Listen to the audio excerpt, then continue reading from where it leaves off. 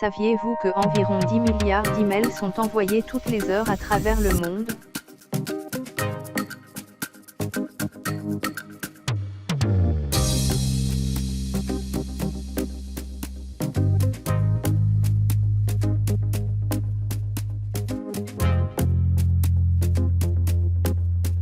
C'est un geste habituel dans la vie personnelle et notamment dans la vie professionnelle, mais il s'agit d'un acte qui utilise bel et bien des quantités astronomiques d'énergie.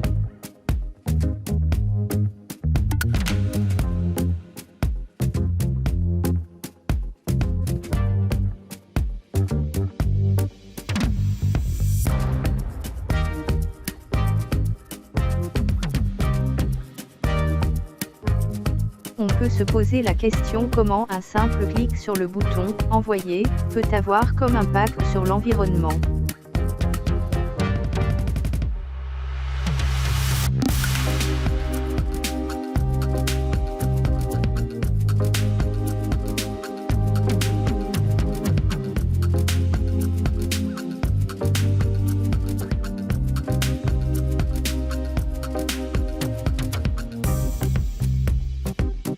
Et pourtant les mets sont une source de consommation d'énergie très importante.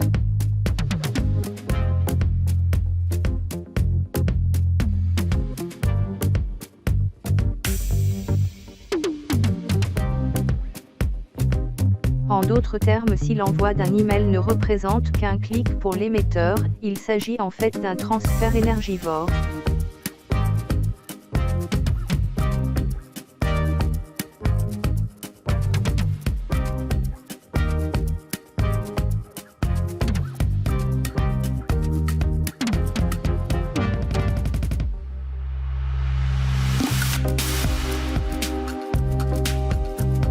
Comment un email pollue-t-il?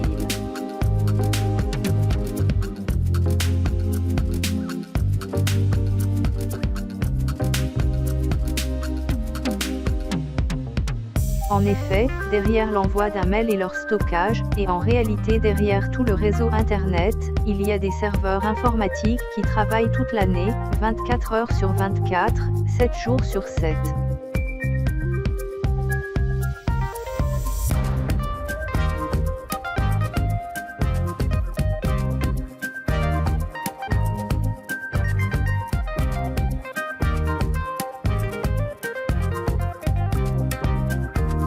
Le message passe par les câbles du fournisseur d'accès à Internet de l'émetteur avant d'arriver à son data center et de transiter vers le data center du destinataire.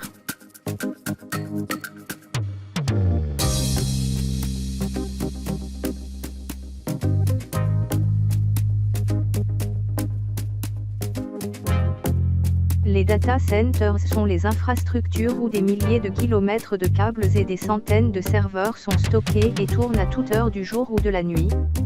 Ils consomment énormément d'électricité pour fonctionner.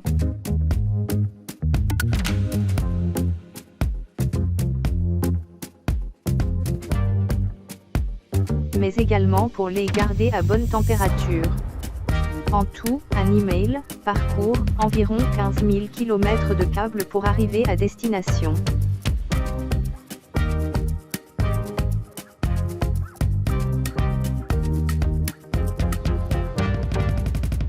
Mais c'est aussi sans compter l'énergie que consomment les ordinateurs sur lesquels nous travaillons ainsi que les serveurs de stockage des boîtes de réception.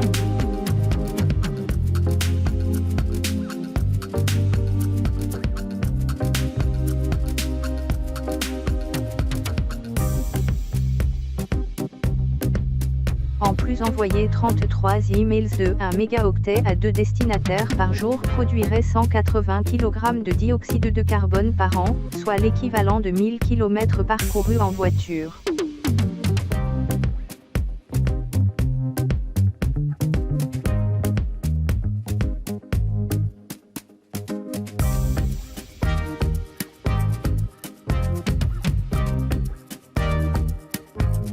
Surtout lorsque l'on envoie un email avec une pièce jointe qui pèse environ 1 mégaoctet, cela correspond à la consommation électrique d'une ampoule de 60 watts pendant 25 minutes.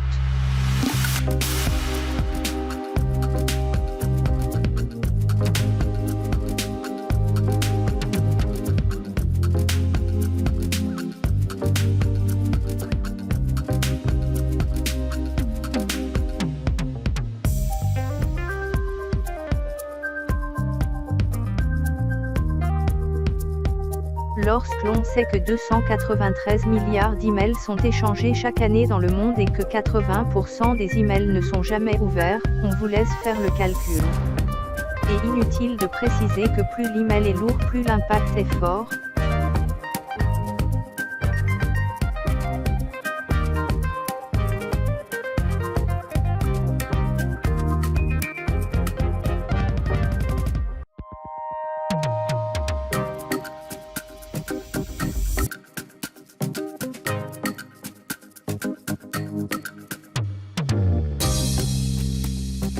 La prise de conscience a débuté en 2011, lorsque l'ADEME, Agence de l'environnement et de la maîtrise de l'énergie, a publié une étude qui révélait l'impact carbone de l'envoi d'un email, mais également celui de son stockage.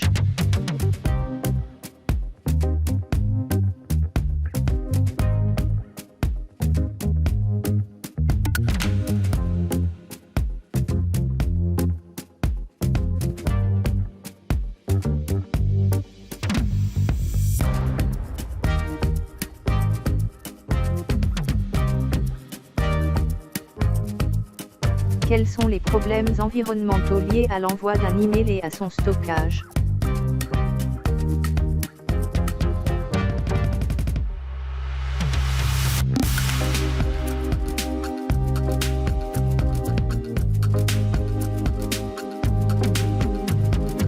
Les problèmes environnementaux liés à l'envoi d'un email et à son stockage sont l'épuisement des ressources naturelles, le réchauffement climatique.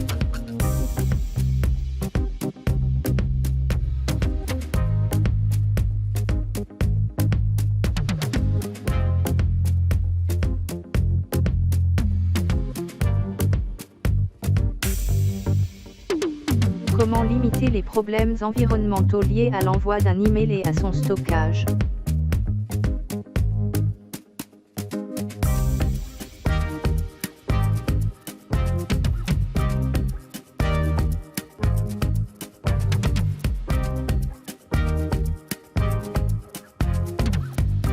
Les emails sont un outil extraordinaire et très utile.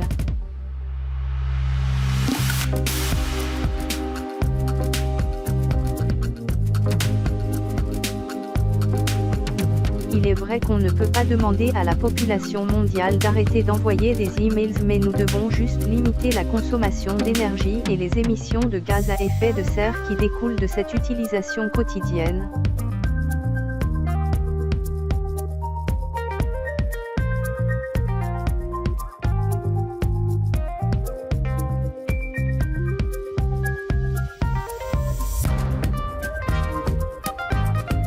Pour limiter les problèmes environnementaux liés à l'envoi d'un email et à son stockage, il faut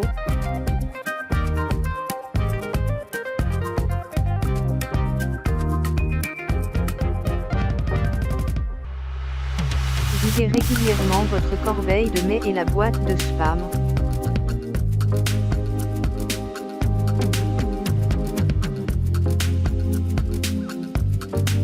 Installer un logiciel anti-spam.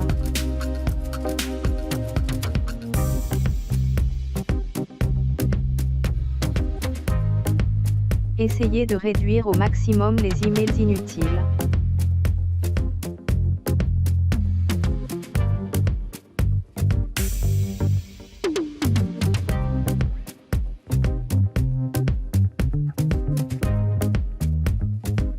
Désabonnez-vous des newsletters qui ne vous intéressent pas.